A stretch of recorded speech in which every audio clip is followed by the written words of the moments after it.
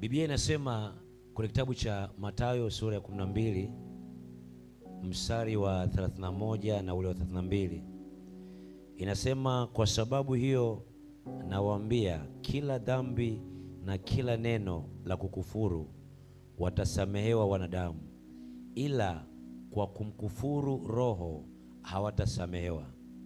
Naye mtu yoyote atakaye nena neno juu ya mwana wa Adamu atasamehewa, bali yeye atakaye nena neno juu ya Roho Mtakatifu hatasamehewa katika ulimwengu wa sasa wala katika ulimwengu ujao. Zamani nilikuwa najua kwamba kumkufuru Roho Mtakatifu ni kuwacheka walokole, hasa wakiwa wananena kwa lugha mpya au wakiwa wanaomba.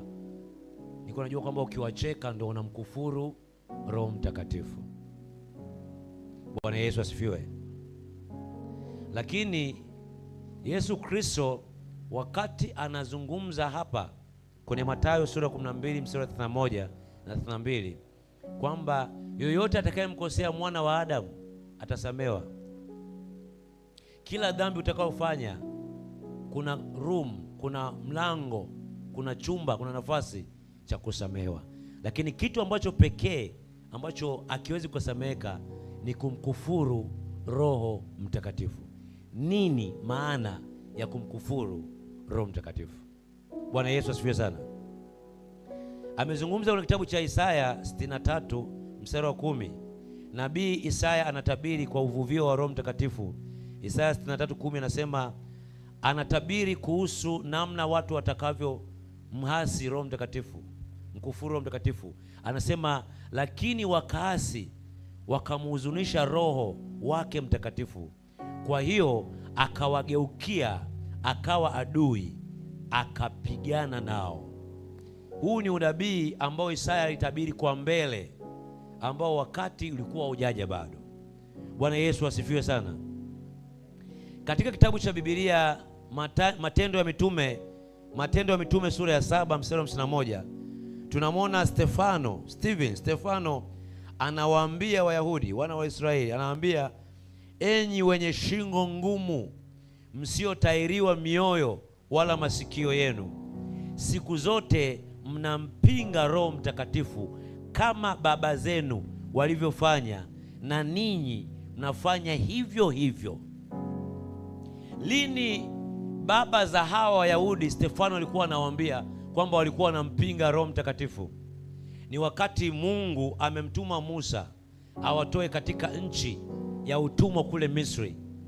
Bado shingo zao zilikuwa ni ngumu, zilikuwa zinakataa injili ya Mungu, agizo na maelekezo ya Mungu, na wengi wakaangamia. Wote waliotoka kule Misri waliangamia, kasoro Yoshua pamoja na Kalebu.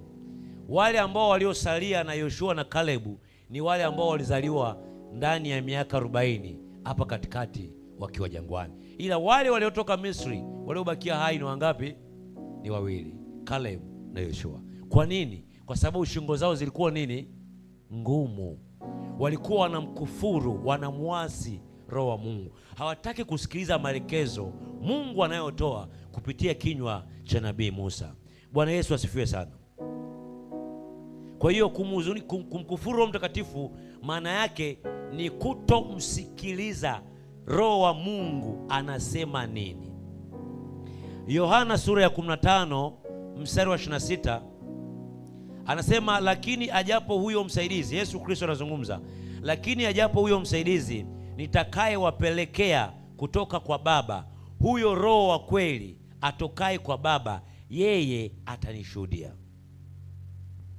Roho wa Mungu ndani ya muamini, ndani yetu, mimi na wewe tunayemwamini Yesu Kristo, kazi ya Roho Mtakatifu ni kumshuhudia Yesu Kristo ndani yetu, kushuhudia ile kazi kamilifu ya kidhabihu, kile Kristo alichokifanya, kushuhudia habari ya siri ambazo Agano la Kale ilikuwa ni siri ya wokovu, siri ya tumaini la milele, siri ya uzima wa milele, kufunua na kuwa dhahiri ndani ya mioyo yetu.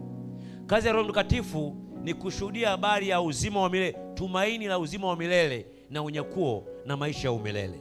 Ndiyo kazi ya Roho Mtakatifu ndani yetu. Kwa hiyo yoyote atakayepinga kile ambacho Roho Mtakatifu anashuhudia kupitia vinywa vya sisi watakatifu, anakuwa amemkufuru nani? Roho Mtakatifu. Kwa lugha rahisi, injili ya Yesu Kristo anayeihuisha, anayeifafanusha, anayetafakarisha ni Roho wa Mungu anayeifunua ndani ya mtu mwenye Mungu. Haleluya, mtu mmoja. Kwa hiyo yule anayesikia anapopinga injili ya Yesu Kristo, ufunuo wa Mungu kupitia Yesu Kristo ndani yetu, anakuwa na mkufuru Roho Mtakatifu. Hiyo ndiyo maana ya kumkufuru Roho Mtakatifu. Bwana Yesu asifiwe sana. Mtume Paulo anawaandikia Waefeso, kwenye Waefeso sura ya 4 mstari wa 30. Anasema, Mtume Paulo anawaambia kanisa la Efeso, wala msimuhuzunishe Roho Mtakatifu wa Mungu, ambaye kwa yeye mlitiwa muhuri hata siku ya ukombozi. Anasema msimuhuzunishe, msimpinge, msikatae kile anachokifunua kuhusiana na Yesu Kristo. Yesu akasema msaidizi atakapokuja atafafanusha, atanishuhudia mimi, atamshuhudia Yesu Kristo. Tunapokuwa tunampinga ile kazi ya msalaba, habari njema, injili ya Yesu Kristo, tunakuwa tunafanyaje?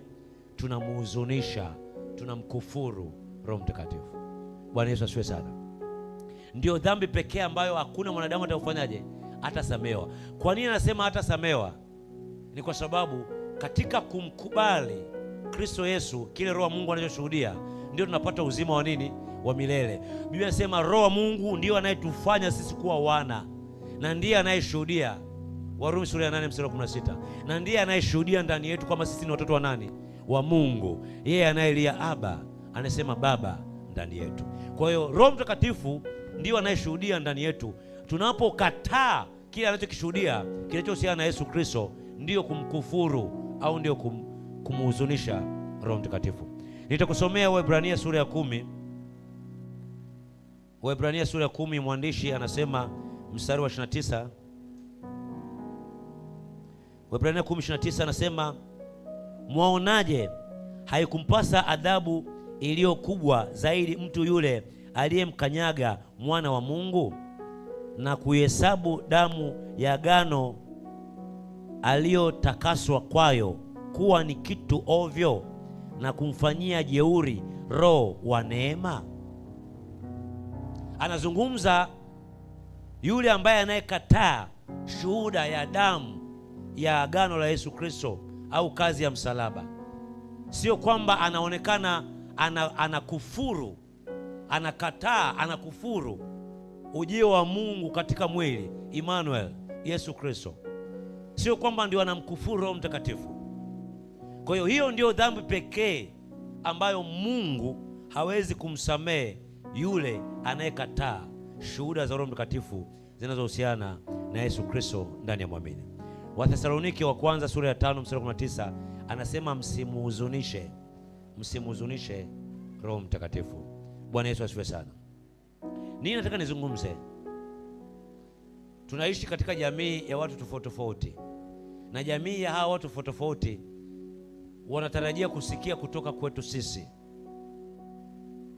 Yoyote anayekataa habari za Yesu Kristo, umauti ukimpata, inamaanisha kwamba hata kuwa na ile neema au ile rehema au yale masamaha ya Mungu, fadhili za Mungu. Kwa tunapaswa kufanya juhudi au jitihada kuwahubiria watu, kuwafundisha watu wajue habari za Yesu Kristo. Wale watakao kubali na kupokea watapata tumaini na masamaha na ondoleo la dhambi, na watapata uzima wa milele. Wale watakao kataa watakuwa wamemkufuru, watakuwa wamemhuzunisha Roho Mtakatifu, na watakuwa wamekwisha hukumiwa tayari. Hawezi kuwa na tumaini la wokovu wa milele. Bwana Yesu asifiwe sana.